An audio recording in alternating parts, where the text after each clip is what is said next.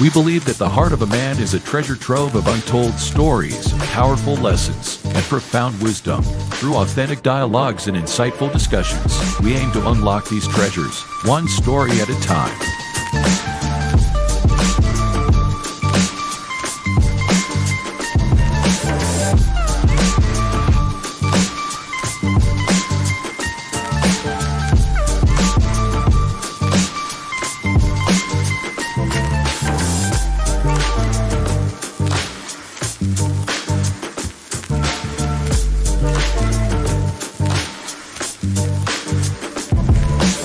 So, whether you're seeking guidance, inspiration, or simply a moment of reflection, you're in the right place. Get ready to be challenged, inspired, and transformed.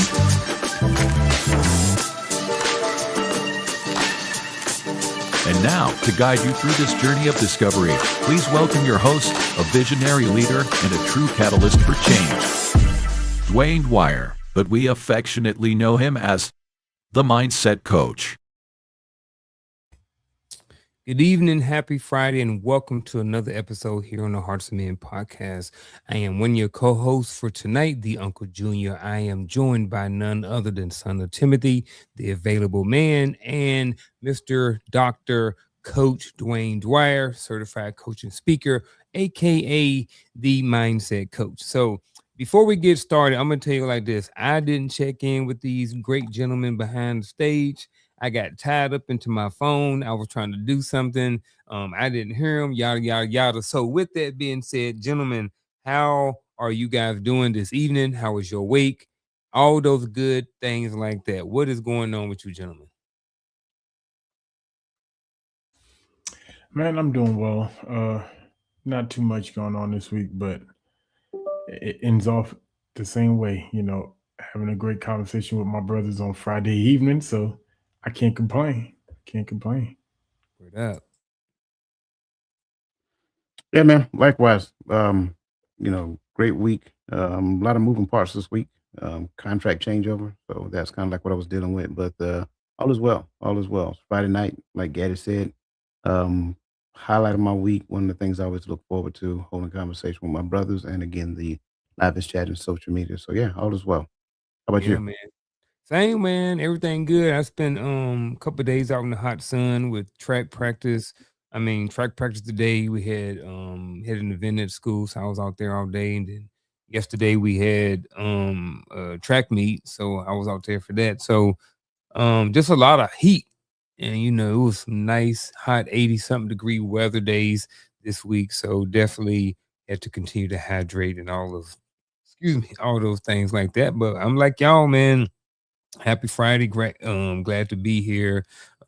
Another week in the bag, 7 days. So with that being said, it's also the conversation, 7 things just killing your relationship. So, but before we get started with that, we also want to address every single person that is here with us this afternoon, because we understand that Friday evening, it is 8 o'clock p.m. Eastern Standard Time, and you guys could be doing a whole bunch of other things. So we definitely appreciate everybody for checking in with us, whether you're on Facebook, YouTube, Instagram, LinkedIn, TikTok, wherever you may be. Thank you for being here. And if you're here on YouTube or wherever you at, go ahead and hit that like button, share this conversation with somebody so they may be able to cash in on all the good things that we are going to learn here this afternoon. And share. So with that being said, ladies and gentlemen, Miss Crystal Everett, we definitely appreciate you for being here this afternoon. How are you? The rebirth of Nick D, thank you for being here. RBN Brower, thank you for being here.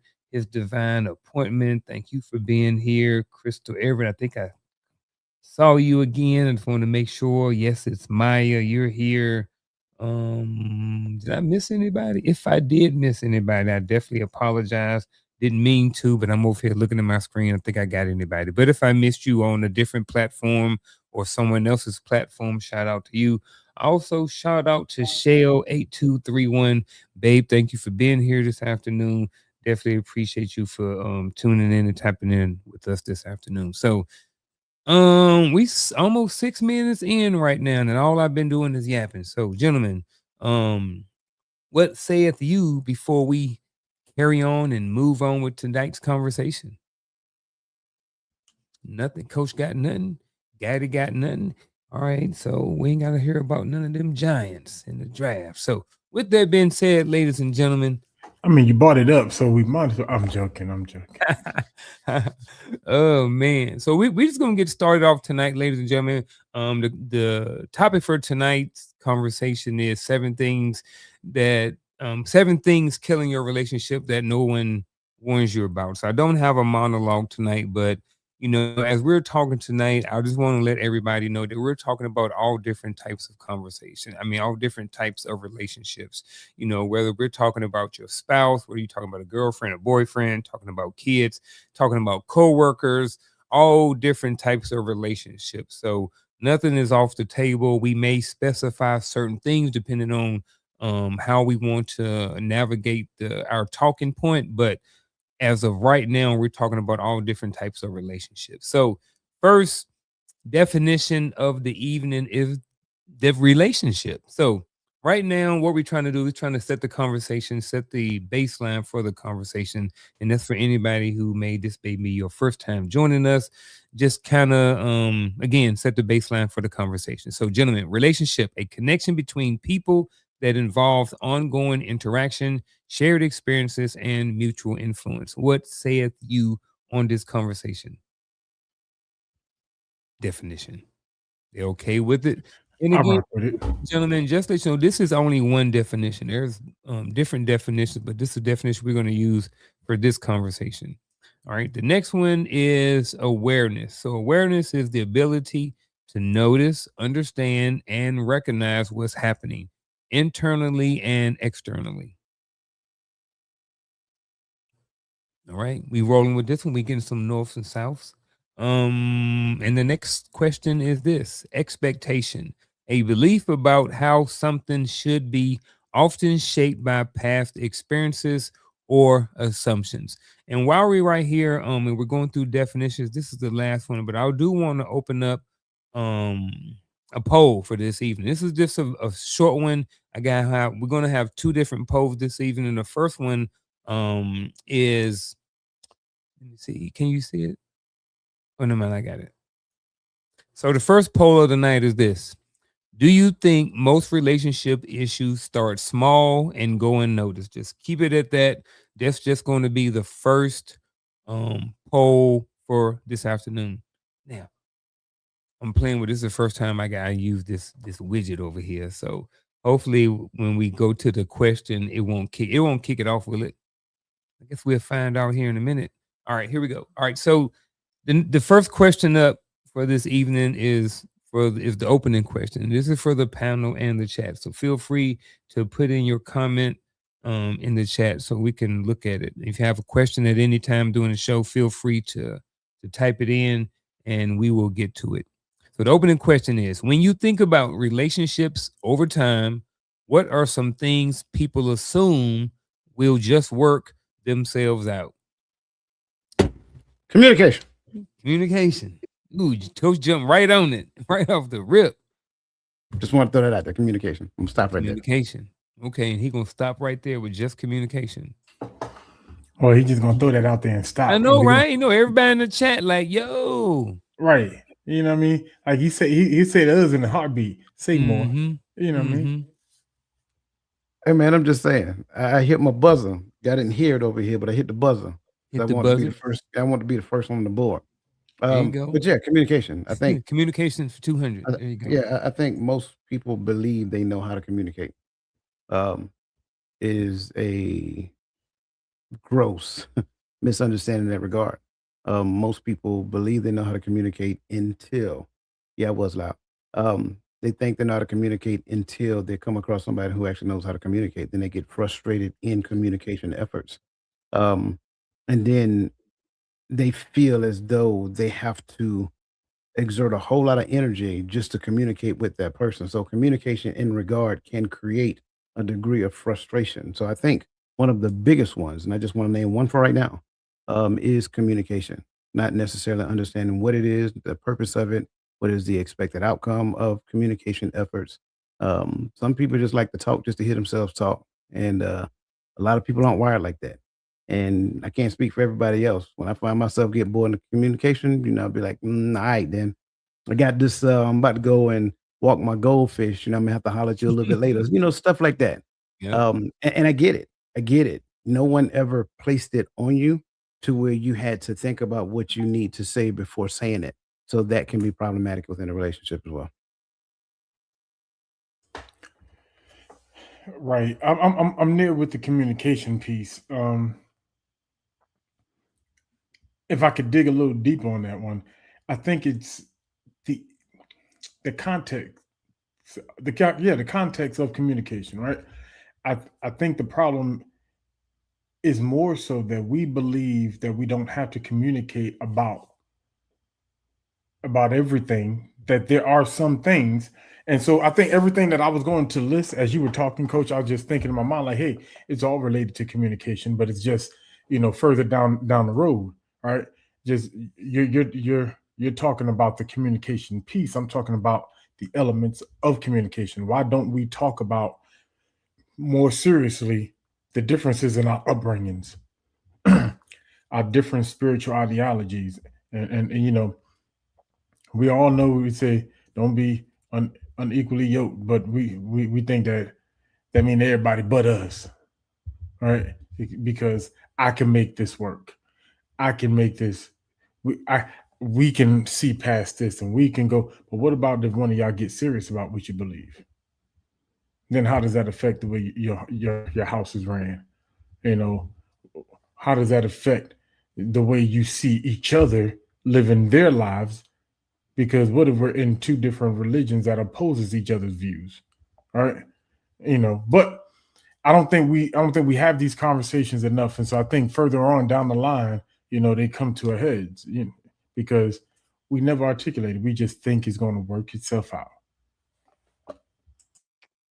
I may be tiptoeing in the same area that you are, Gaddy, but I don't know.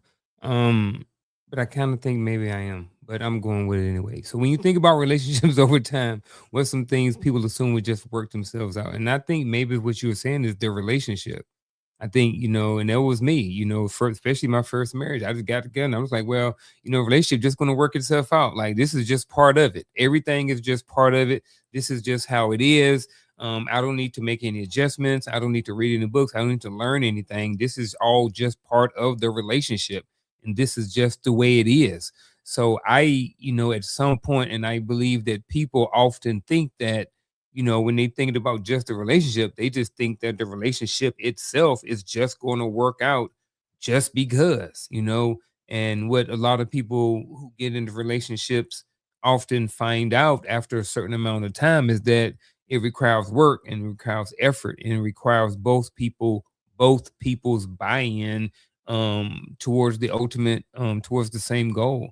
So I think, maybe Gaddy was talking about this. I definitely got the communication piece from coach, but I definitely think that, when you're talking about relationships, sometimes it's the relationship itself. People just assume that it's going to work itself out. So, anything else y'all got before I jump into this, the poll? Sure, sure. I had another one. Mhm. Another one would be roles. Rose. Yeah, Ooh, yeah. yes. Roles is a big one. Um, Mm. some people have preconceived notions about what someone else is supposed to do.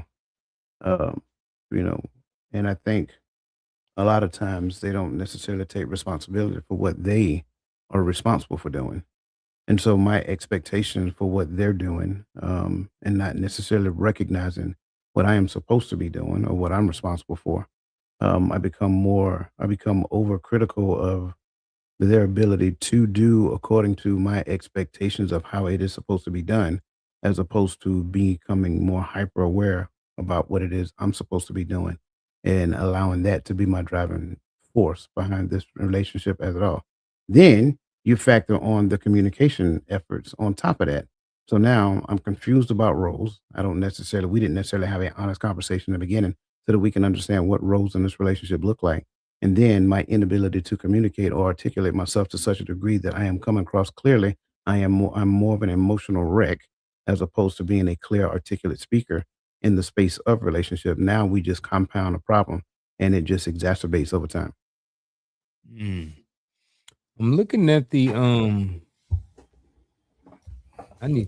gonna vote. So I'm gonna vote. I voted 1. I'm interested to see how you guys want to vote on this poll. So do you think, and I know we use the word most, but for whatever reason, that's just the word I decided to use, right? So, and I know we can't really talk about most, but for this conversation, I use the word most. But so do you gentlemen think that most relationship issues start small and go unnoticed? Um, I voted 1, um, but I would say, like, just in the, because you talked about the wording, and not just the wording of most, but he said, I don't think is that the issues. I believe they start small, but I don't think they always go unnoticed. They go ignored. It's kind of the conversation we're already having. I think, and it's because listening to you brothers talk. I think it's because in totality, we think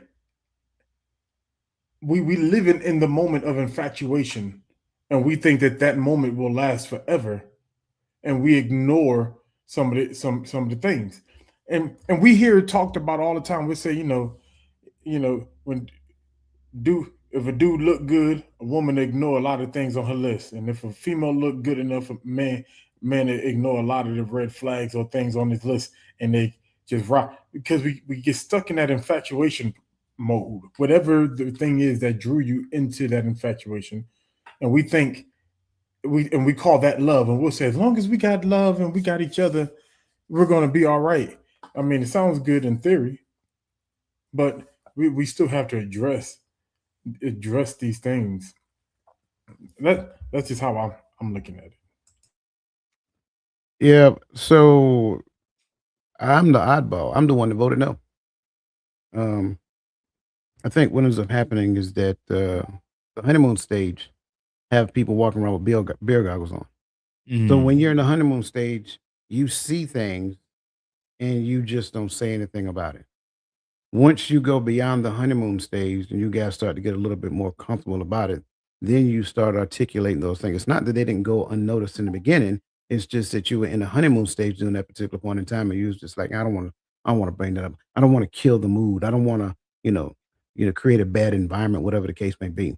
But then all it takes is that once we cross that threshold, now one person starts where they start seeing something, then the other person starts seeing something, and so forth and so on. So I don't think relationship issues, because that's what we're talking about. I don't think relationship issues start small. I think they start, period. Whether we perceive them to be big or small, as that snowball starts to roll downhill, it's going to get big over time. So relationship issues start. We notice them because we don't like them. The issue is that we don't say anything about it when we first notice it. And then it becomes a norm, a practice behavior over time. And then once you finally say something about it, the other person is like, well, I've been doing this for quite, all this time. Why are you just now saying something? So that's why I answer no. Okay. I like it. I ain't got no qualms with it. I can definitely see the hesitancy, especially when with everything you said, and then in addition to the unnoticed piece, like Gaddy was alluding to or kind of sharing with, because I think a lot of times, like you said, we see these things. It's not like we don't see them, but like you said, we got on those beer goggles, and sometimes we seeing, but we seeing with the goggles on. So cloudy things are just a little cloudy for us. Um, so definitely appreciate everybody who jumped in on the poll. We're going to slide over to the next question. We are going to get to another poll later on.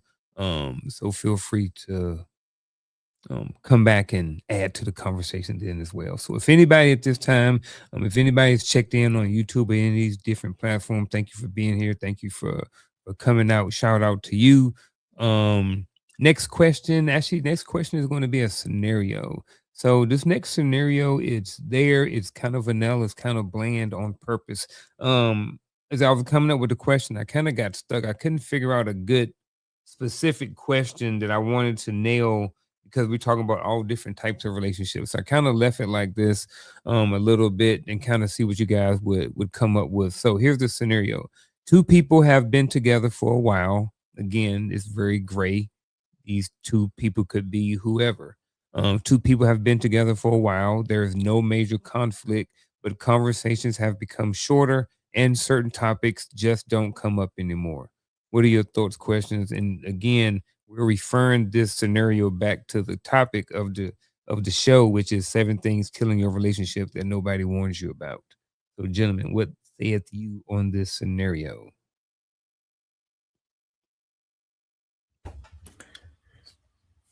I have a lot of questions.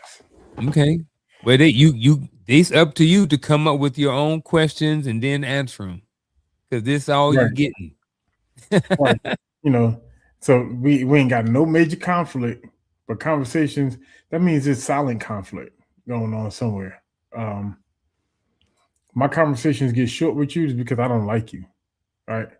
I don't like there's something about your conversation, your presence, something has got me to a point where I really don't like you at this moment. And I can't, and instead of saying I can't stand being around you, I just make conversations short, assuming that's making things feel a little less awkward because at least I talked. I just didn't talk as much as I usually do, right? That means that there's something brewing on the inside. So my question, my question is like, what are the unsaid things? There's so much that is unsaid that needs to be said that is causing tension, and we don't know whose side that is on. It may be on both sides, right? And and sometimes we never really know what the root is because there's so much time can go past without communication that we lost sight of where the root issue is. I think this is what caused a lot of these, you know, uh, I'm not going to get too messy, but you know, causes a lot of these separations, you know, because and it goes back, like we talked about. That's why I said I didn't disagree with the communication piece. I just felt like it was further down the road, like it was communication in the process of because I believe things, like just kind of what you're alluding to here, it unravels with time. It started here with poor communication, but because we didn't talk about these things and I didn't address these things early, or I let these things go, or I had the fog glasses on that they give you when they want you to see what it feels like driving drunk. Right? It means you're making bad decisions, right? Along the way. But the repercussions along in time comes with issues that we no longer even remember how they became issues. We don't know what the root is, and we wonder why we can't fix them. Because I don't know where to start. Because I don't know where. I just know that I don't like that you doing this, and I'm not saying I haven't said anything, but it's bothering me, and I'm treating you bad because it's bothering me. But then when I bring it up, you may flip around and say, "But remember, you started doing this. That's why I started adjusting how I behave towards you." Blah blah blah. Because I thought this. Now we're like, well, where does it start? We don't know what to focus on. And the fire has gotten so large, we're just trying to put some water on it so we can catch a breath. Okay, so you more speaking from a relationship between like a man and a woman, like a husband and wife or something, boyfriend, girlfriend. But I think this can go in any aspect of conversations that shorten. Just because it's just, I don't think it's just yesterday you made me mad. I think it's time has come along and things have been left unsettled or unmentioned, and this is where it led to. Okay.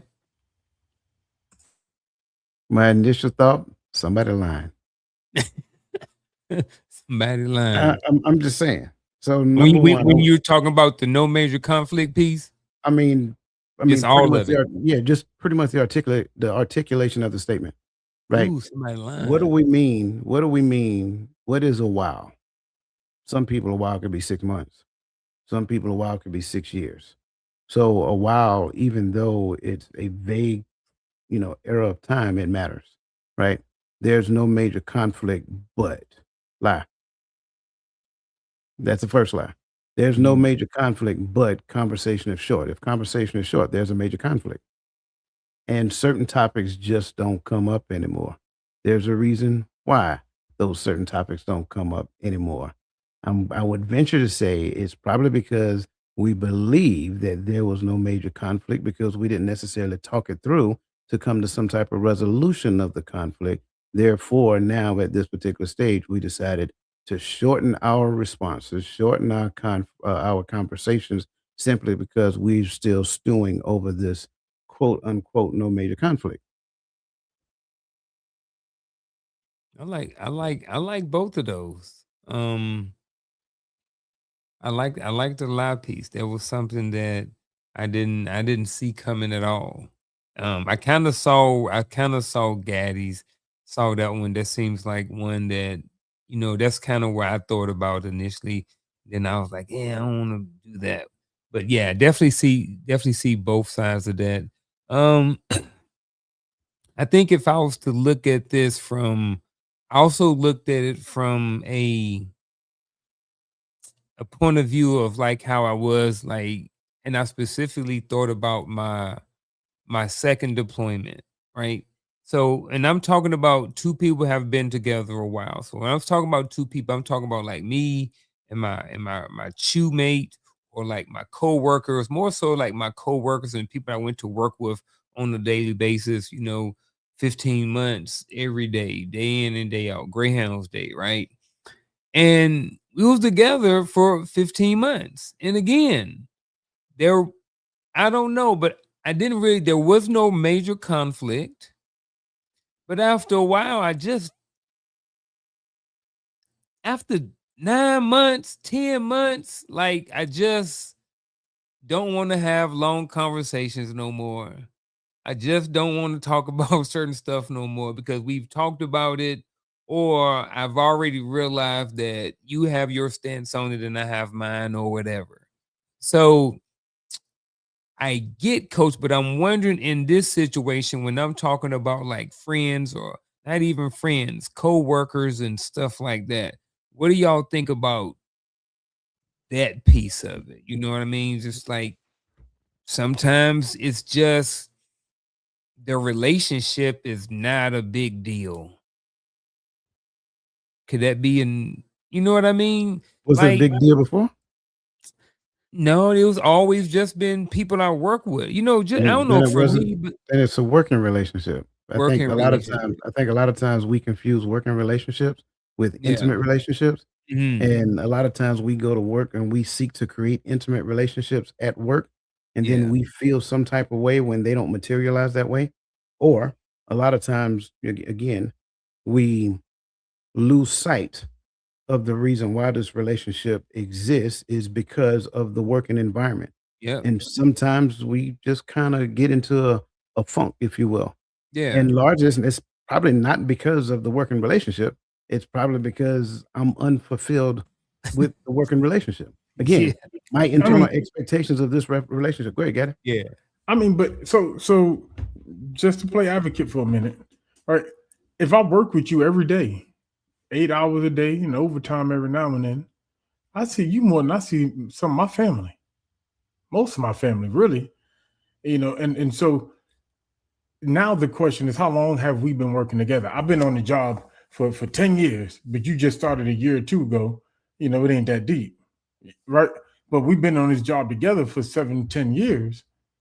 This I think there is an unspoken level of intimacy there, like not in the romantic level of intimacy, right? But there, like we've been locked in. We work in the same space. We, we take up the same air every day for eight to 12 hours a day every day. I think it is serious, and it is important that we have, because I spend too much time with you. I don't care what the relationship is, but if I have an issue with you and I have to see you that much, I think it becomes a lot on the person holding it in. Okay, I'll raise you that one. I see that one. I'll raise you this one. What if all we do is talk about work? I never talk to you about, your family life, what goes on at home, your spouse name, your kid's name, what y'all do outside of work. What if our entire conversation is rooted around the accomplishment of our job? Then the level of intimacy now is stagnated by our job, which is not wrong, by the way, because that's the reason why the relationship exists in the first place. I think a lot of times, especially in this world where we look at introversion as the new hotness. I think we think it's cool to be quiet, shy, do my work, eat my little cheese crackers, take my smoke break, whatever the case may be, and don't necessarily interact with people. So I hear you. I guess what my only trouble is going to be is it's hard to maintain that long term. Like if that's why the length of how long we've been working together matters to me. Like so, I need and you to come here. I'll be transparent. I'm stay right here, right. So I met one like that on the job. Had a supervisor that was like that. Didn't like too much of. He liked enough to be extrovert enough that he don't seem too standoffish, but it's enough that he seems too standoffish, if that makes sense. Uh, and the more you try to open up with him, when you think, oh, he's open, we could be friends, you open up too much with him, he'll shut it down, right? This type of person he is. About 3 years into working together, all of them, he couldn't maintain that. You too tough for the environment, bro. Like the environment eventually broke him. I'm not trying to say anything bad about the person, but in my experience, that didn't sustain long term, and so that's why that's why my focus was the start of like how long we've been in the same space together working. Because if this work relationship is only a couple of years, I get it.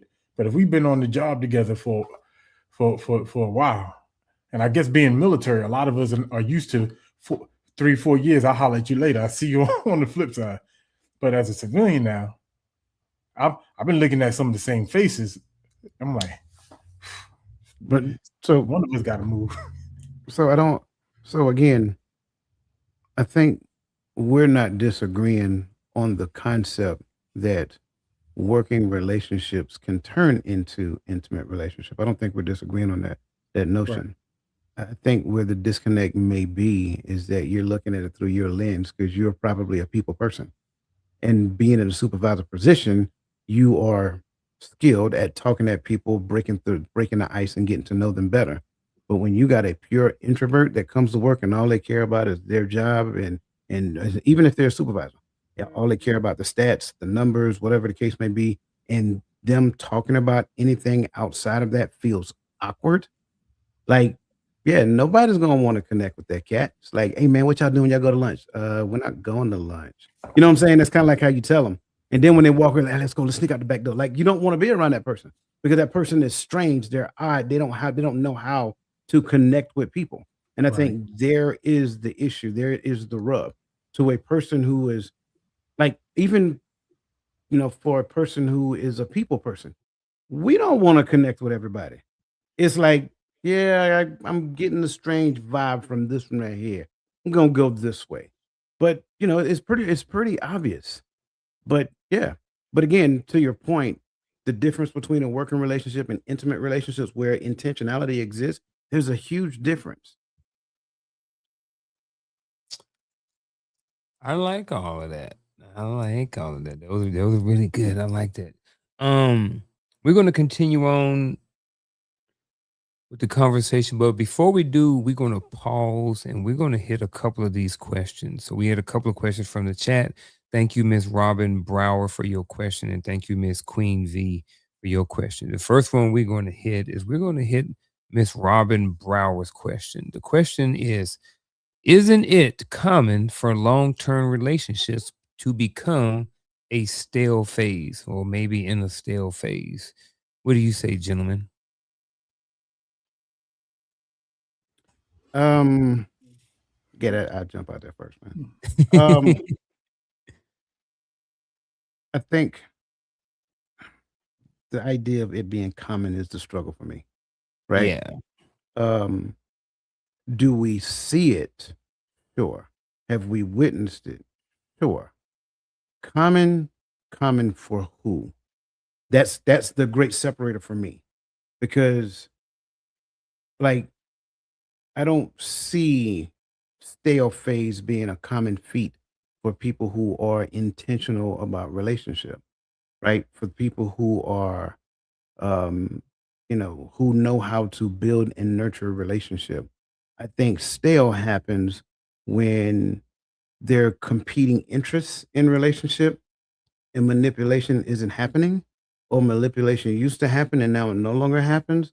So it's like the flair doesn't exist anymore, and the glitz and the glamour and the fame doesn't exist anymore. So now it's almost like you're just existing in space and collaborating and cohabitating with one another.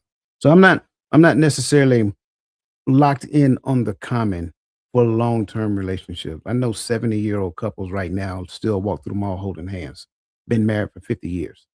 Um, Now, I haven't been around them the entire 50 years, so did they ever hit a stale phase? I'm not sure. I can't speak on that. I find it hard to believe that they ever did, looking at the way they interact with one another right now. Yeah, Go ahead. my bad. I'm about to say, yeah, I think where the struggle is with this one is in our modern era, I don't think we see too many of those relationships any longer. Those grandparents are and those great grandparents are passing away. And we're just not staying married that long no more. Right. So I get where you coming from, coach, because I would have to agree. But hard part is I don't see too many of them. Well, I'm seeing a lot of 20, 23-year-old marriages going to court to divorce. Like, don't nobody want y'all no more. What y'all doing? I'm sorry, let me not say that. But I'm being funny, but for real, at 20 something years, you tailor made yourself for that person at this point. I Right. really don't understand what we're doing, but that's our reality. So, mm, if so, is that now the state that where people are calling it quits just because it got stale for a moment? And I don't know if it's common, but I can see how it can happen because I do understand that in the process of life. I think me, coach, and Roland argued about this statement once in Bible study. In the process of time, that term, but in the due to the process of time, we change, we grow, we evolve, and it was kind of my point in the beginning. Are we growing together? Did we have these conversations about our upbringing differences, about our religious differences, or whatever differences we have that got us going like this? We're both growing, we're both learning, we're both getting educated, we're both growing in our careers, but it's causing us to do this because we've never really talked about what our life looks like together. We just we and it's still this thing is still so popular today to where we have this idea that we can be autonomous and together. I believe that to be an oxymoron. You can't have an autonomous uh, lifestyle and be together at the same time, right? There has to be a unifying effort somewhere in this relationship. So I'm kind of there with Coach, but But see, even to your point, that's why I don't believe you see a lot of staleness. Because what ends up happening is that when people get to the point where it's not going the way they go, the way they want it to go, they start arguing, bickering, fussing, and fighting. And then the next phase after arguing, bickering, fussing, and fighting, because they're not skilled at conflict resolution, is annulment, ending, go their separate ways, hatred, whatever that looks like. Even for married couples, they don't exist in a stale phase until they get to the point of trying to figure it out. At work, we call it, we call ourselves the fitful king. If y'all can figure what fitful means, then you got it. FITFO, right? They figure it out. But outside of the ability to figure it out, they they leave. They go do something else. They divorce one another. They say, I can do bad all by myself. That's why I say I don't believe the stale phase exists because at the end of the day, they don't necessarily take the time to figure it out. Mm. Hmm. I think I want to give a totally different perspective. Maybe I don't know. Maybe I'm speaking on the same thing. So I'm thinking. So first, I had to kind of get an understanding of my interpretation of what I mean by stale is, and I kind of thought about bread. Well, you take stale bread, well, it's still good, it's still edible, and if you don't have to throw it out, you can, just like the relationship, or you can make croutons. I don't know. But I guess when it comes to the long-term relationship, I think if I'm thinking of stale, I'm thinking of it just being a moment. So I'm with Coach when he talks about, is it common, literally right here, is it common for long-term relationships become a stale phase? I'm with Coach on that. My other thought process is to focus on the stale phase, and I don't necessarily think the ones that become a stale phase, I think to what you guys are talking about, those relationships end. But I think if we are talking about a stale phase that I'm kind of talking about, probably something similar, I see that as a time but a time and space as you are in a long-term relationship.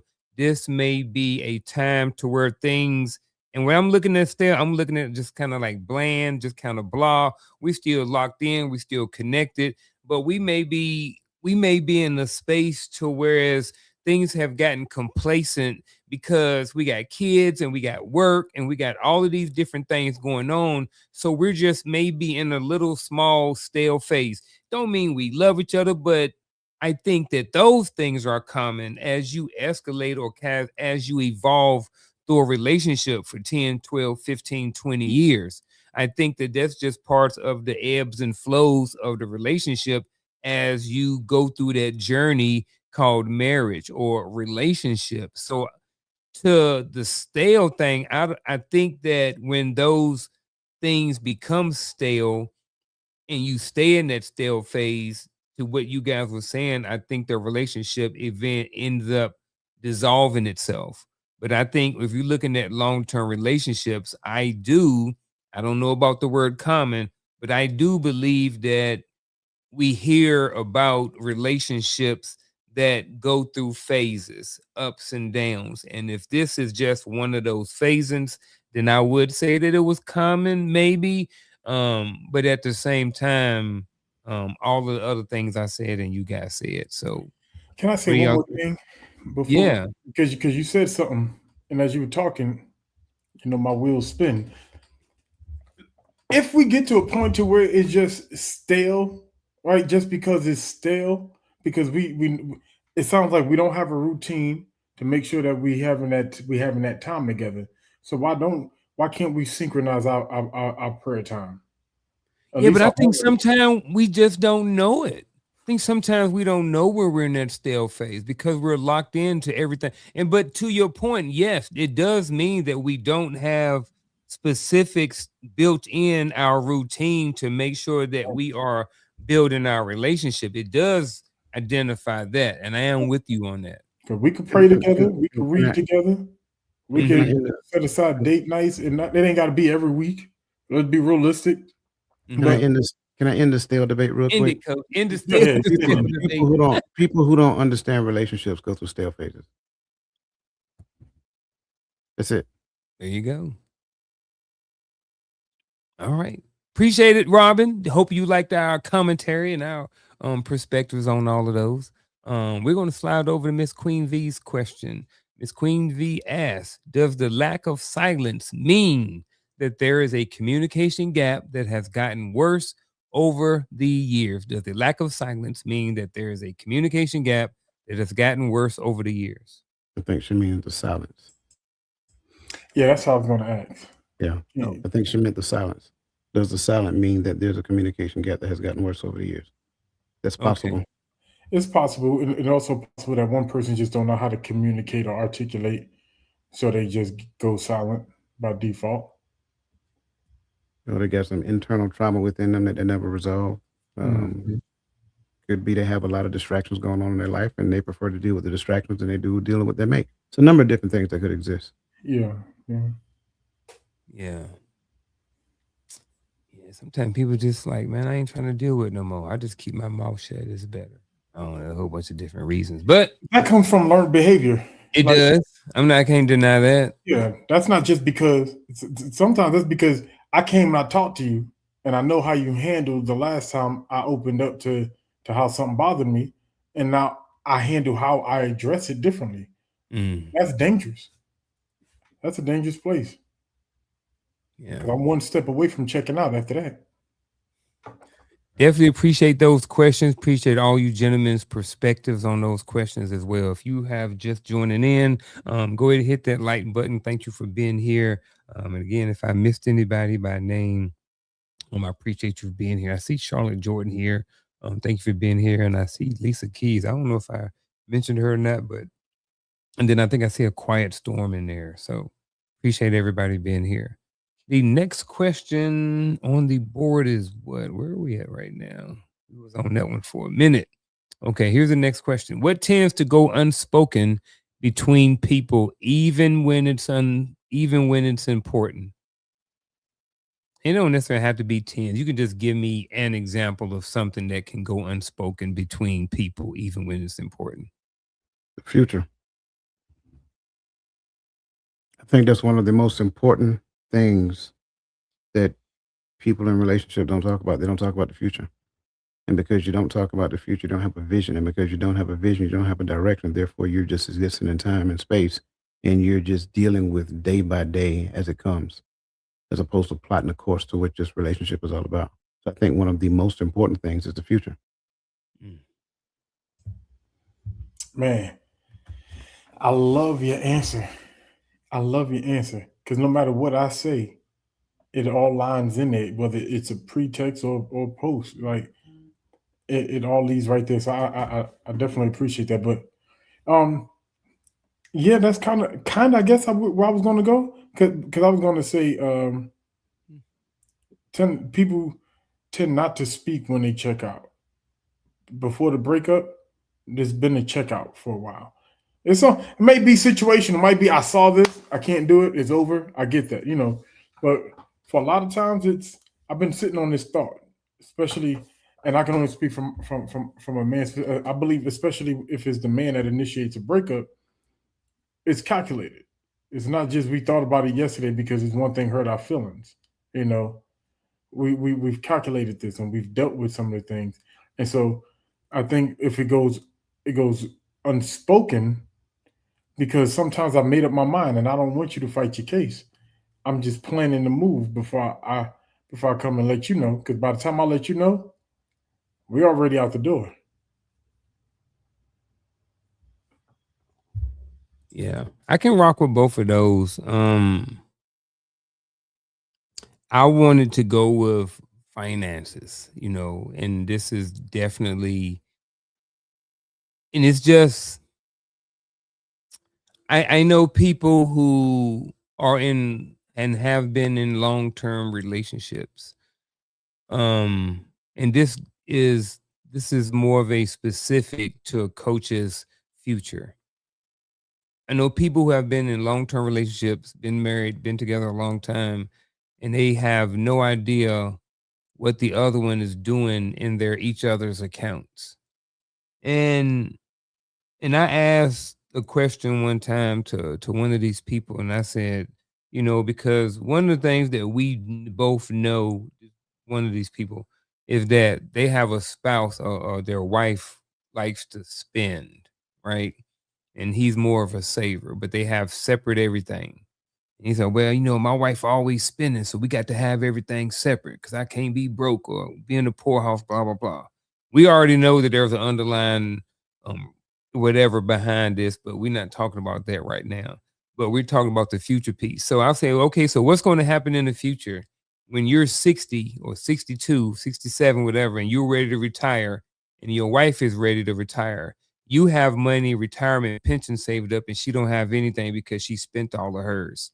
And it's time to have that conversation, and you can get off and you can retire, but she can't.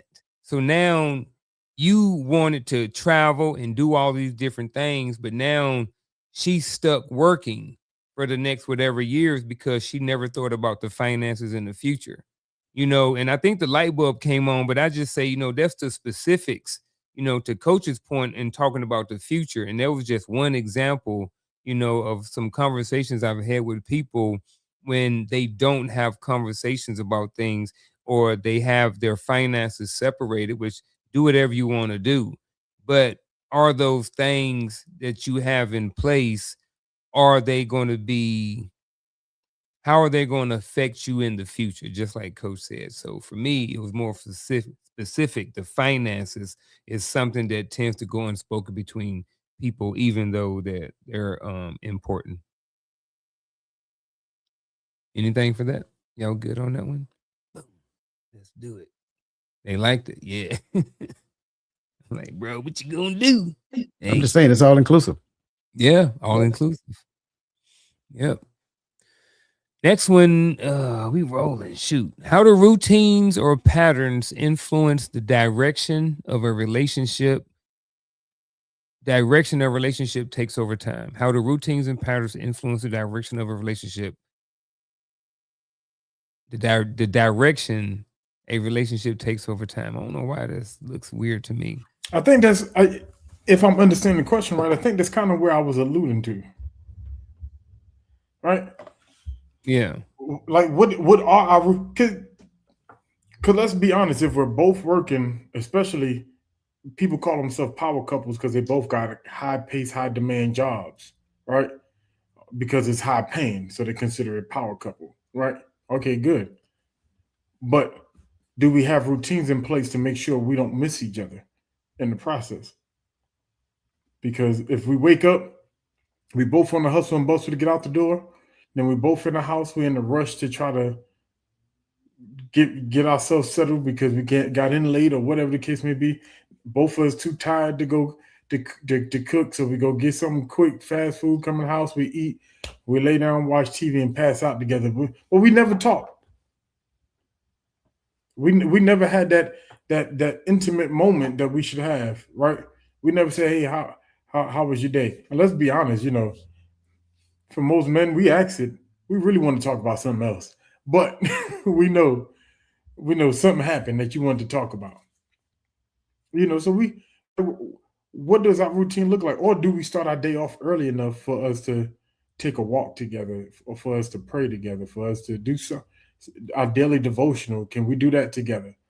But I know people that say, nope, I got to do my own prayers and stuff separately.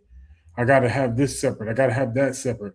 Well, when I'm talking about routines, because you can have whatever routines and patterns you have, but I'm talking about the things that involve us being together, being us, not your hair routine, your workout routine. What routine allows us to sit together? This The is hair routine. this is the very opposite of what I said. Well, I'm sorry, not the opposite. The work that is done according to what I just got finished saying. When I said we don't talk about the future, therefore our routines and our patterns aren't focused at the future that we could have talked about. So in essence, our routines and our patterns now decide our future. Yeah, I agree with that. I ain't got nothing else to add to that one. So with that being said, we're going to jump into a poll and then we're going to do a versus segment. So the next poll is this. Oh, where is it at? Oh, there we go.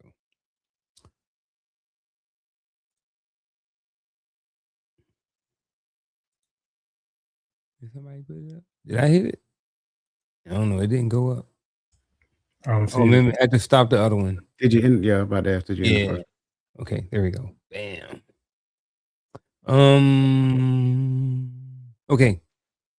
Which impacts a relationship more over time? What is said, what is not said, what is assumed, or it depends. So that is the poll. And what we're going to do while everybody is answering that poll over here in the chat, we are going to go to the next question. The next question, well, actually, what we're going to do is a versus segment. So what we do, we're going to compare two different things, and then there's something else there's a question that comes along behind it, and these gentlemen are just going to say whatever their thoughts are about this. We got about, I think, 7 or 8 of them, right? So the first one is this: comfort versus effort. Does comforting strengthen a relationship or slowly reduce the effort that keeps it alive?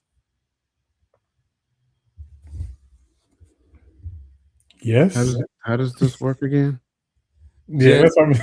We just compare, just versus. Hold on, I got something in my mouth. Do they Just have to be oppositions?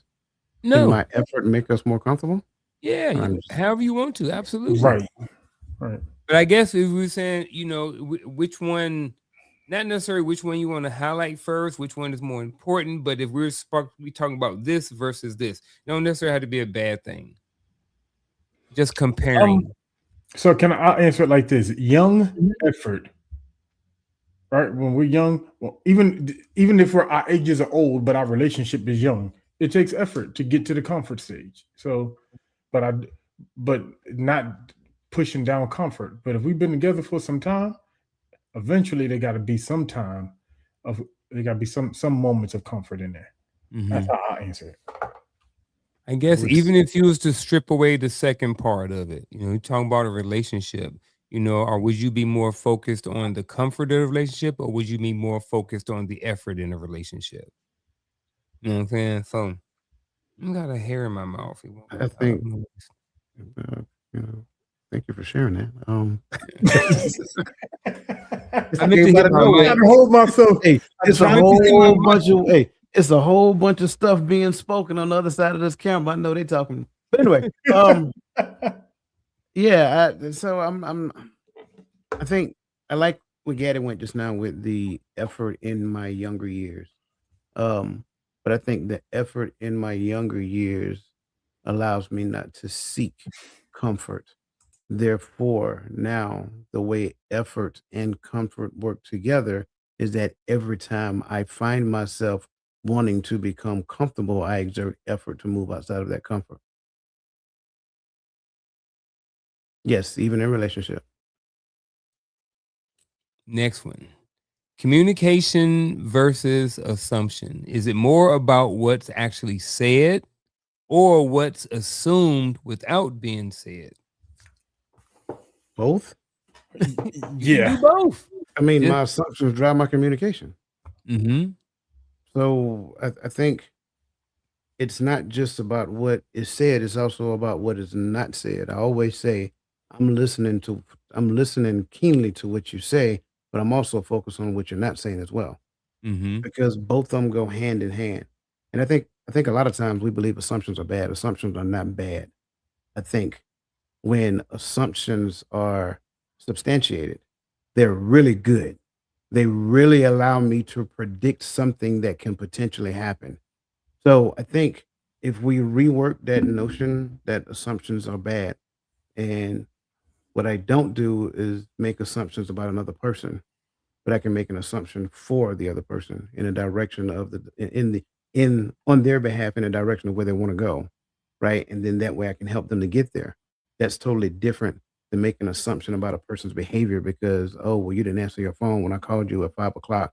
I assume you was out there doing something. No, that's low level thinking. That's low level thinking. That's toxicity. That's you having unresolved trauma that you brought into another situation. Or maybe maybe something that happened in this situation that y'all didn't talk about and got to the point of resolving that. But your internal conflict is still your responsibility and you don't get to project it on another person. So I think assumptions and communication go hand in hand. And when we understand assumptions, it'll help us better understand the way we communicate. Therefore, if we keep reworking our assumptions at a higher level, we get to the point of communicating better. Right. I think you just talked about how buzzwords work. Right. The word assumption, I'll use the word assumption instead of using words like pre-plan or thought out, right? And we'll say assumption because mama used to tell us an assumption will make it out of you. Yeah. So so we'll look at it from that perspective. But when we'll say a woman won't use the word assumption towards a woman, they'll use the word intuition. And men will say planning, but we'll use assumption when talking about one another. Right. So I think that's kind of how buzzwords work. So I'm siding with Coach, but that was my add-on to what he said. Okay. All right. The next one is time together versus quality of presence. Does simply spending time together matter, or is it about how present you are in that time? I'll go first. Yes. Right. Because for real, quality of the time that we spend together is important, right? But it is as important at times that we're just spending time together, right? Hey, maybe we had a real busy week. Now we 40, 50, 60 years old. We finna go out and try to do something or try to plan something. Hey, can we just sit up here up underneath each other and watch TV? And watch a couple episodes of whatever our show is. Like couples, we should have a show that we watch together. I don't watch this unless she's with me, right? That's a way of making sure we got that time. We spend that decompression time together, right? Hey, let's watch something. Let's just sit up, put your feet on my lap. Why we gotta always have something extra added to it? So I don't think but then I guess that's also your interpretation of quality. So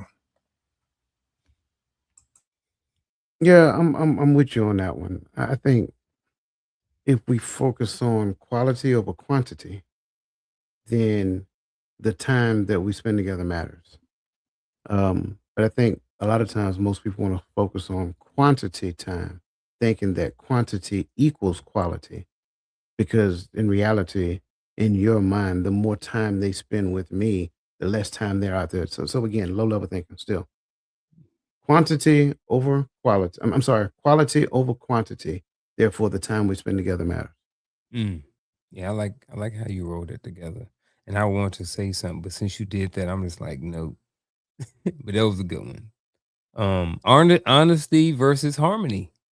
This gonna be another one of those. Can you have Yes. can you have harmony without honesty? Is it better to be Uh, completely honest or to protect the peace in certain moments? no, I think honesty is harmony. Mm-hmm. I think we believe harmony is free of tension, and that's not true. Mm-hmm. We can be in harmony even if my honesty creates tension. Now it has now revealed something that could be a stumbling block in the relationship. So now we have an opportunity if we know how to communicate, especially if you know how to communicate with it about the thing that my honesty has revealed in you, we have an opportunity for harmony to grow. But I think a lot of times, especially in this day and age, and especially in the era where one party is projected as the emotional subject matter experts, and the other party are just projected as emotionally ignorant. I think we believe that drama free equals honesty. That's not true. Only thing it's doing is prolonging the time for the inevitable to actually happen. And then when the inevitable actually happen and drama presents itself, it becomes chaos. Mm. But harmony, just because tension happened, it's not that harmony left the room. If tension happens, there's an opportunity for harmony to actually grow in that moment. So that's just how I see it. I like that. I like Mm-hmm. that. I mean, just for the sake of the definitions of the words, right? I would have to say both. Like we're going, and I like what Coach did there because we got to see how do they walk together, right? And you asked it, I think, when in bringing it up, you say, can we have harmony without honesty? Now, don't get me wrong. We all know that family. If it wasn't ours, they had that big mama that passed away with her secrets that only one or two granddaughters knew, right? And or Papa who got buried with his secrets, right? We know that, right? Um, but is that harmony or is that deceit? Because because because the problem didn't rise up or the truth didn't rise up until after I passed away. Don't mean we was in harmony. It means I was operating in deception. I think that becomes some of the strongholds we have when we believe that we believe something that is true and everyone else is seeing it wrong. Half the problem we think that they're looking at it through the lens of their deception, not through the lens of what's true. And so I look at it like that. Yes, it might have seemed peaceful at the moment, but it was definitely lack of harmony at the time. Can Okay. I add one Yeah. more piece? Yeah, absolutely. Yeah. Peace don't need protecting. Mm. Can you say that again? I don't think they Yeah, heard you all the way in the back. peace Mm. peace does not need protecting. Again, what we're talking about is my assumption that as long as drama doesn't exist, all is well.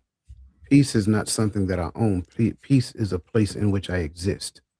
If the right thing is happening within me and the relationship is supposed to be rooted in peace as long as it's rooted in the thing that governs peace. I don't have to protect peace. Peace protects itself based upon this governing authority. So I just want to add that in there as well. I'm definitely glad you did. We're gonna hit one more of these verses and then we're gonna shift down to another question. So whichever one you want to throw up there. All right, here we go. Consistency versus spontaneity. Does consistency build stability or does spontaneity keep things from becoming routine? I'll So, start with this one. so Because I'll oh, start. go Oh, ahead, you go want to ahead, go start? ahead. My bad. Go ahead. Only because I think for me, this is very. I'm going with consistency all day long. I'm just letting you know that right now. The consistency builds stability. Because here's my thing. I think it also depends on the relationship, right?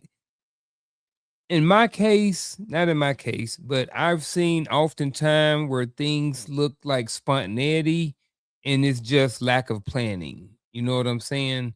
So for me, I know we speak in verses and stuff like this, and it probably a little bit of both, but I'm definitely going to lean towards more of that consistency what helps build stability.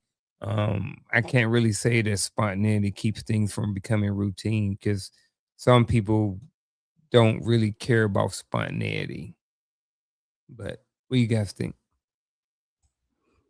I don't necessarily believe spontaneity keeps things from becoming routine. I think if everything you do is fly off the hip, right? That's different, right? But I think the purpose of spontaneity is to break up the monotony of what we call consistency. Sometimes, right? And I'm talking, and for most of the night, I'm talking from the aspect of man and woman, right? Because I think that's easy for us to envision automatically when we speak.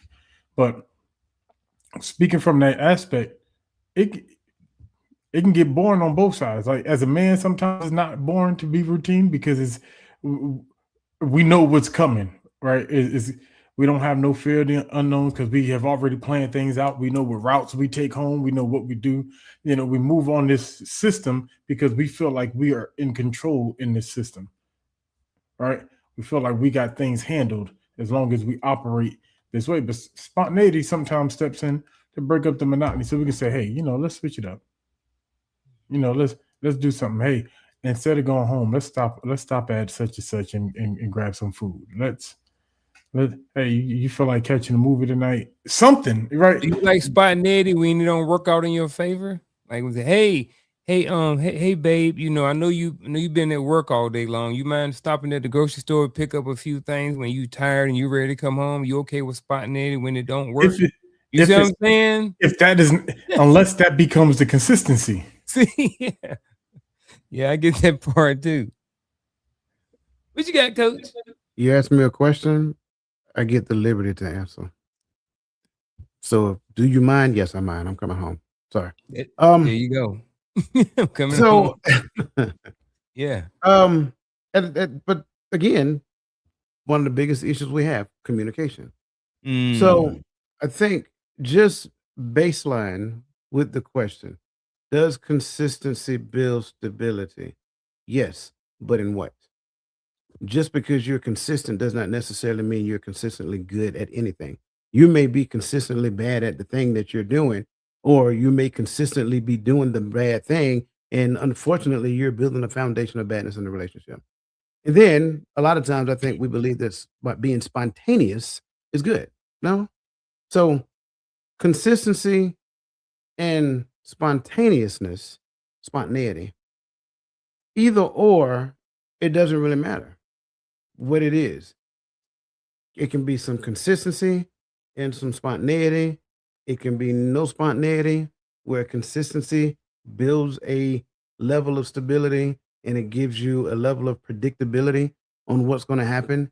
And predictability, believe it or not, is actually good for a human because at least they know what to expect within the scope of this relationship.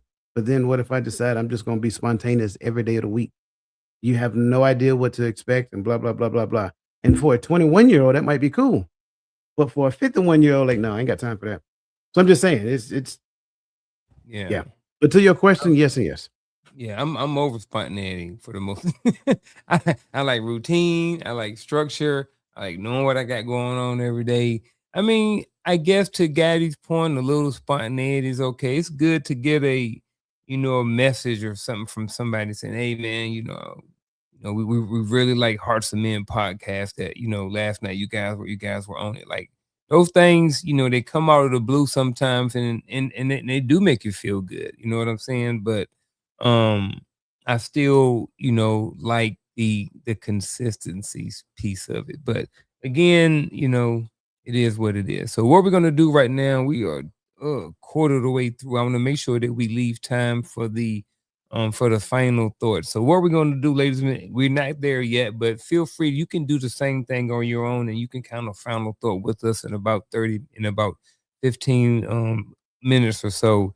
And to pretty much the final, I'll just tell you a little bit about it. So the question or let me pause for a minute. So the topic for tonight is 7 things killing your relationship that nobody warns you about. So what we're going to do at the end for our final thought, we're going to give you guys our list of our 7 things that if we had to identify our 7 things or just 7 things in general that you may benefit from. They don't necessarily have to be necessarily personal to us, but just maybe 7 things that we're going to give you guys from each of us that are 7 things killing our relationship that no one warns you about. So back up to the question before we get there. Did we ever get to that? We didn't get to the poll. Can we get to that poll real quick?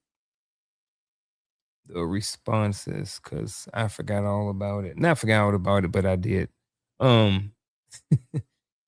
Excuse me.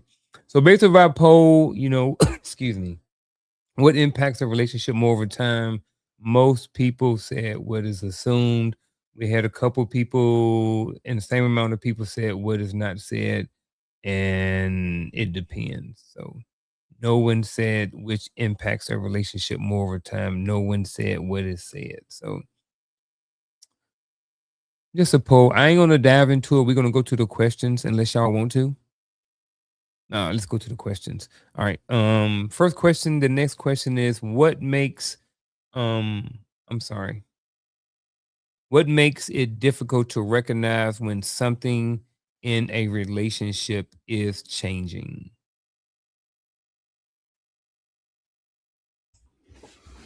I think sometimes we get caught up in our own routines that we don't realize that something in our routine may be hurting the other person.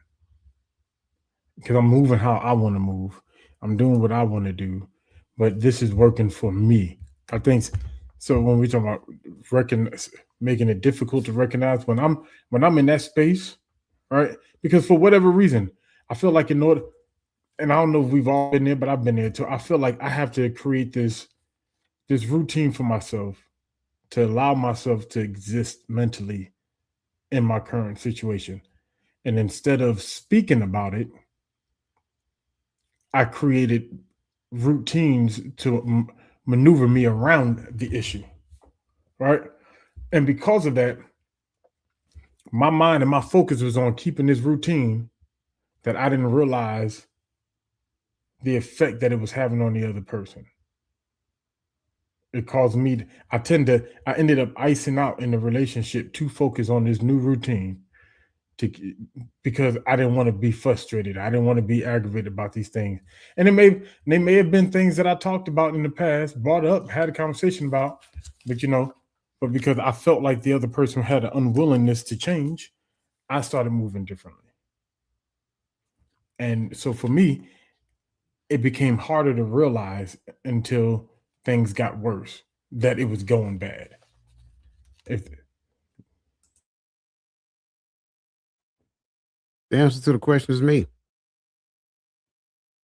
What makes it difficult to recognize when something in my relationship is changing? Me. Because I'm not focused on being in a relationship. I'm focused on my interpretation of relationship. I'm focused on what it is I want, as opposed to understanding where we come together and are supposed to be one. Especially if we're talking about a husband and wife. If we're talking about in the space of just regular friendship, again, what is the thing that bring you guys together? Do you no longer have those joint values that you kind of that existed in the beginning? Did those values dissipate? What happened? So, what makes it difficult to recognize when something in the relationship is changing? Me. Because regardless of what I see, I'm forever hopeful with what I got in my head, not necessarily reading the environment, identifying reality based upon the evidence that is being present.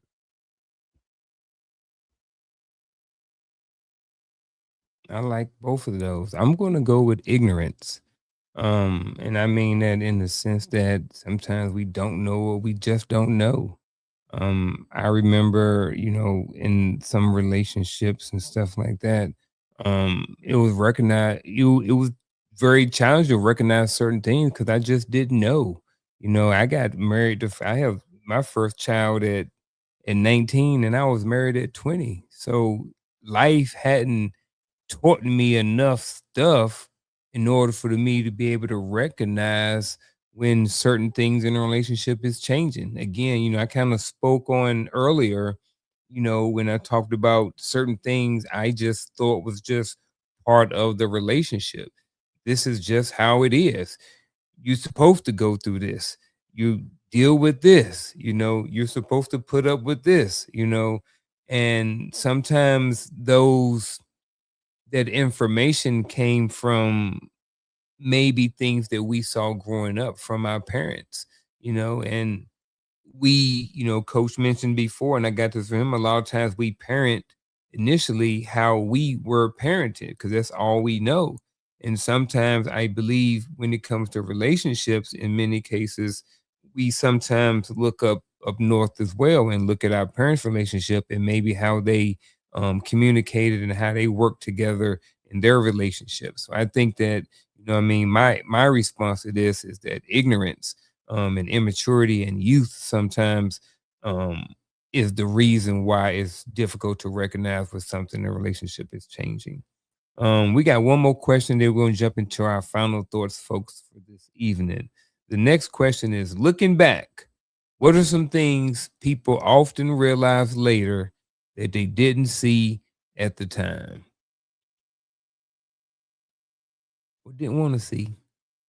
I think I kind of answered it. I think Mhm. so. When you look at how some things change and you're trying to hold on to it because you're stuck with your image of what the relationship is supposed to be, if and when the relationship ends at a later point in time, you start doing some little self reflection and you realize that the signs were always there. You just didn't see it. But then when you mature, you stop looking at the signs of the other person. You start looking at your own self and recognize that there is no space in relationship where one party is innocent. Period. I don't care who you are. I got it. They may have done 99, but you got to own your 1%. And if I'm still talking about their 99, that means I haven't reached the level of maturity to own my one yet. And again, that's the thing there.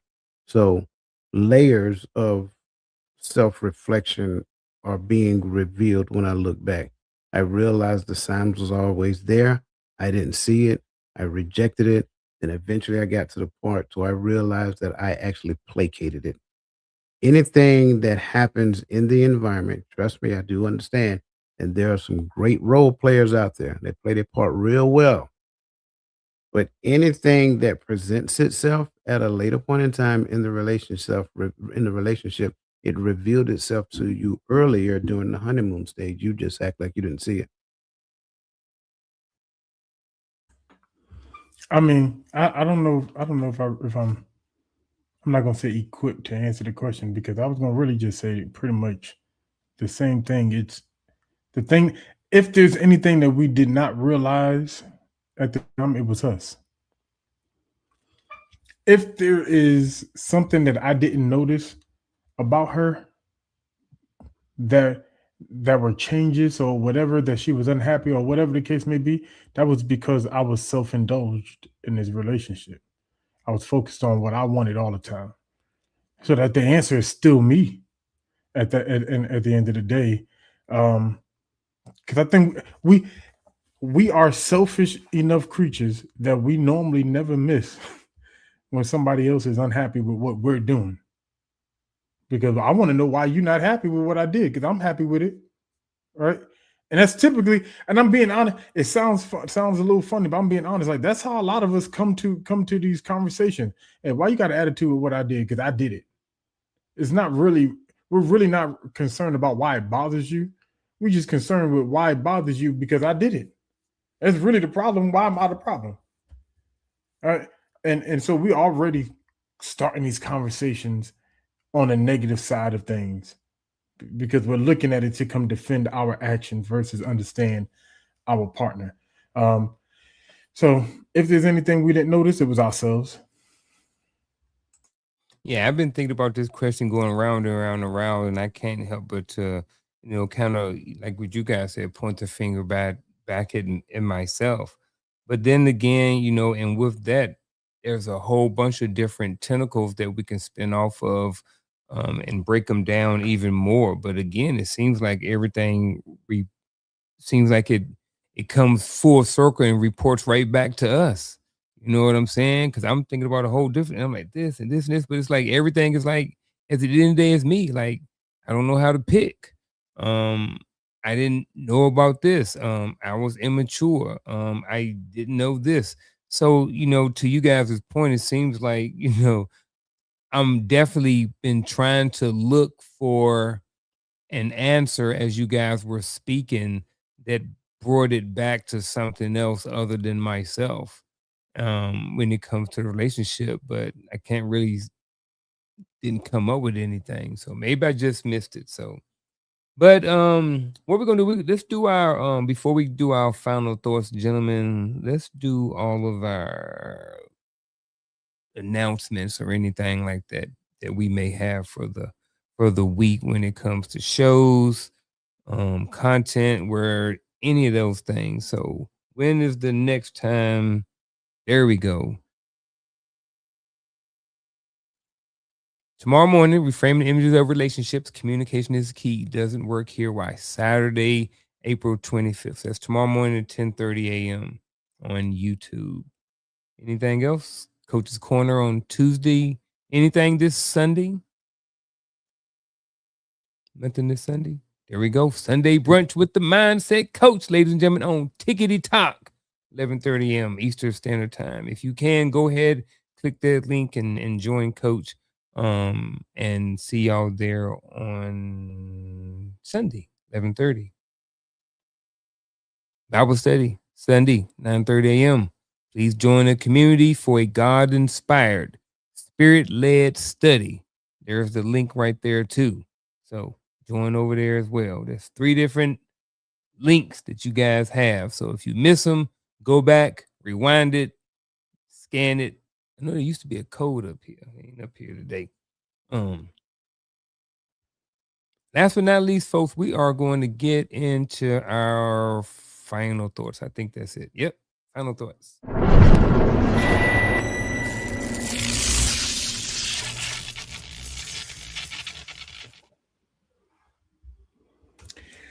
Man, I've really enjoyed this conversation. As y'all can see me looking, I was trying to come up with my 7th. But we were asked if I had to identify my own 7 things, just from my perspective, what would them 7 things be? The first thing is selfishness. I think we go into a lot of relationships thinking about what we can benefit from the relationship instead of looking at how we can be a benefit to it. Unarticulated expectations. Some of them may sound similar, but they're similar, but they're not the same. Unarticulated expectations. I don't think we do enough premarital sit downs, conversation, counseling, right? So we could talk about things. I remember one of my favorite, they're also my good friends, but a couple I married back in Hawaii. We sat down and did marriage counseling, just jokingly. And if they watch this, they're gonna laugh. But jokingly, I asked them a question about, hey, what does your monthly grocery budget looks like, right? Something as simple as that can cause discord. And they didn't believe it. I was like, what? No. So I asked, he said about $110. She said, man, I eat $110 of groceries by myself in 2 weeks. And so together, right? That so you have these expectations of, or what if nobody said nothing? He's like, what, we go in the grocery store, this is what we need to spend. That's an argument that they could have had. Unrealistic boundaries, right? I think a lot of times too is it goes back to somebody said, I don't know how to pick, right? Sometimes our boundaries we set are not realistic for the people we choose. Sometimes they're realistic to us based upon our traumas or what we see or what we want and what we desire. But are they realistic to the person that you chose as well? That matters. And if not, if those boundaries are non-negotiable, why are we even playing with this? Because we're creating trauma for another person later, trying to make them dance within boundaries they can't dance within. When we focus on everybody else's responsibilities instead of our responsibilities, right? I'm focused on a real woman would do this, a real woman should do that, a real woman should do this, but I should be focused on what a real man should do. And I should have been focused on choosing a real woman when it was time to choose. And so that's my fault again. Then outside distraction, individual values. Someone talked about values earlier. I do believe that we need to have joint values. We need to be able to see through the same lens, because that's gonna play a part in how we raise children in the future, and how our family operates, what we do and don't do as individuals when we're not together, how we represent this household. And I tell you, I had to struggle with picking my seventh one. So many things was flying through my head. But I'm still something from Coach, something that he said, but believing that we can control peace. I think that'll be that I'm gonna use that for my seventh. Thinking you can control or protect peace. Right? Only thing you could do is operate within the bounds in which the peace giver has given us, and peace shall be added unto us. Because we live in a world of chaos. There's nothing that we can do that involves peace. Right? We just learn how to operate in this dark world, and the peace giver will give peace. He says, my peace I give unto you. But that's my final thoughts.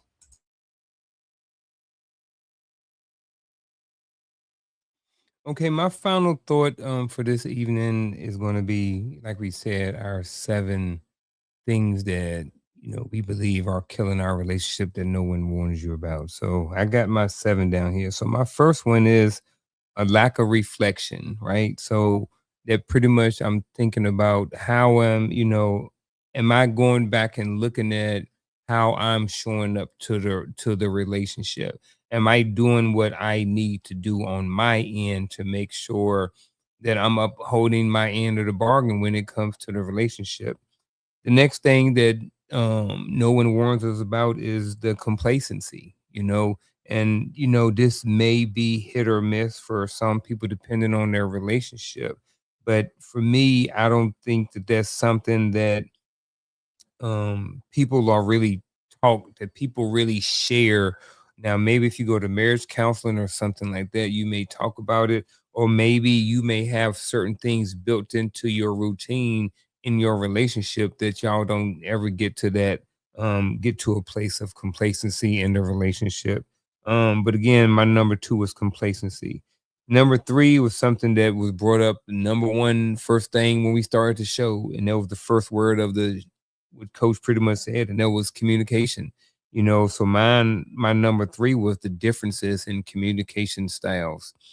Number 4 is unspoken expectations. You should know how to love me. My love language is this, yada, yada, yada. So when someone says that their love language is this, then they're expecting to be treated a certain type of way.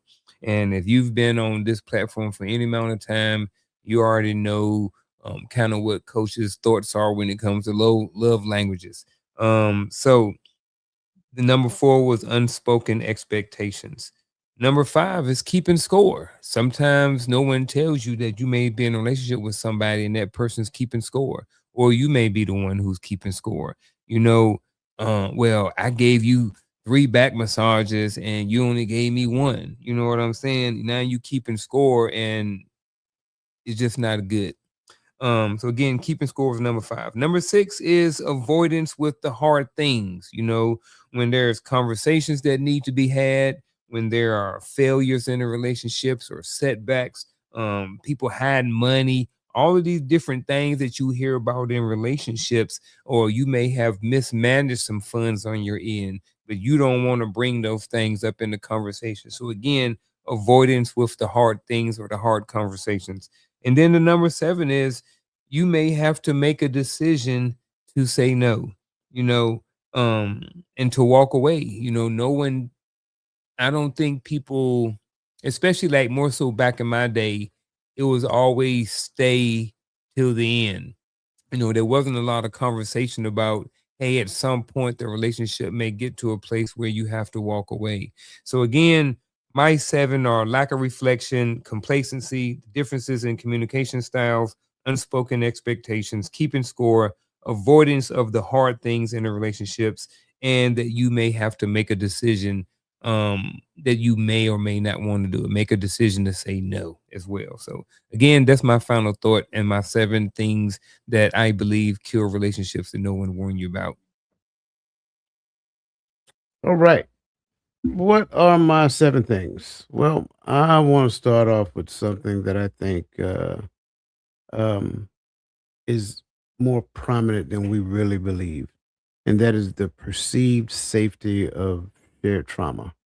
And what does that mean? That means that a lot of times we exist in relationship where we have like shared unwanted experiences, which ultimately um, they paradoxically discourage vulnerability, and unfortunately, um, we don't ever move beyond the trauma itself. And a lot of times it makes us end up masking the fact that the unprocessed collective pain often leaks into some sort of hypervigilance, also leaks into some type of distrust. And lastly, it kind of helps us to get to the point to where we end up having displaced anger. So that's, my number 1. My number 2 is revolution over evolution. And what does that mean? That means that we can be passionate, um, we can have kind of like a passionate dedication to a particular cause. But unfortunately, even though it's vital, it can accidentally consume emotional bandwidth. And unfortunately, we don't have that bandwidth for our partner because it's all tied up into that thing. Number 3 is the soft life craving crushing the relational resiliency. And a lot of times the desire for frictionless soft life, if you will, I'm doing my hands like Donald Trump, frictionless soft life. It kind of glamorizes walking away from relational discomfort. Then the next one is performance that undermines foundational trust. Toxic expressions place relationships in a chokehold, specifically teaching Black men that vulnerability equals failure. And unfortunately, it gets us to the point to where we end up creating relationships where displayed fortitude masks profound loneliness. Next is what I tend to call hyper independence. That should be pretty much self explanatory. We get consumed with, getting a bag and climbing the corporate ladder and, doing all these things, being relevant in our community, but we end up doing it to such a degree that we do it by ourselves. There is no unity in those things. And the unfortunate part of it is that it kind of slowly eats away at the potential of a great relationship simply because we're trying to establish our own individual identity. One of my favorites is beware of manipulation. That's right. So, what is manipulation? It is the combination of an illusion, which is the environment that I create myself, and then manipulation. where I take you and place you in that environment, and now I create the rules in that environment, and I hold you hostage to that particular rule, to those rules. Here is the issue: you will spend the rest of your life trying to make me happy in the environment that I created because I make the rules. And based upon what I perceive as happiness today or tomorrow, those rules will change. And unfortunately, you won't know it until you violate them. And then the last one is kind of like the empathy desert, which is masquerading as a shared struggle. We assume that shared racial identity guarantees mutual understanding. That is a false interpretation of reality, and unfortunately, that'll hold us hostage um, just just to that alone. So again, I say my seven: the perceived safety of shared trauma, evolution over evolution, the soft life craving which crushes relational resiliency, performance that undermines foundational trust, hyper independence, aware of manipulation, and last but not least, the empathy desert masquerading as shared struggle. And those are my final thoughts. See, I learned a new word tonight, folks. Manipulation. That was my Manipulation. favorite one. And then I like the Hold on, wait, context behind it. wait, hold on, wait. Before y'all get too excited, that's the next tenderness. Don't be running away with it just yet. That's the next tenderness. That's all I want y'all to understand. Okay, all right. I'll leave Hey, it let's alone, lock that in then. bro. Bro, yeah, I like. I'm glad you said something because I sure was about to make it my next Facebook post. Hashtag just leave it at that. I thought it was already a word. I thought you was just regurgitating something. I said, let's talk about this in the back. Yeah. I just like the word and I like the context and what it means. And it was Right. freaking spot on. You know what I mean? Mixing them two words together and bro. Moving right along. We've already kept y'all 7 minutes past the time. So we want to be definitely can you repost out shows? There was a comment Lisa Keys said in the chat. Just make sure. I don't know if it's something you need to address now and for everybody or not. I don't know if she's talking about the reframing of the images of relationships. Oh, repost all the shows and leave them up. Yeah, we flat through them real quick. So with that being said, folks, while she's going through those, we're wrapping up. Definitely appreciate everybody for being here. As you know, it's a little we kept y'all a little bit past the time. Definitely apologize for that. Want to make sure we got everything in, especially those 7 things. If you're watching this, if you missed all of those, it's a really good idea to go back and then go and get all of those different things, write them down, put them on a sticky note, put them on your mirror or something like that, and see if you can relate to any of those things. Again, all of the different broadcasts that's going to be going on over the next week or so are here. So tune in again the next episode next Friday night. We'll see y'all again for another Hearts of Men podcast. And all of the other shows in between. Until next time, we will see y'all. We are out.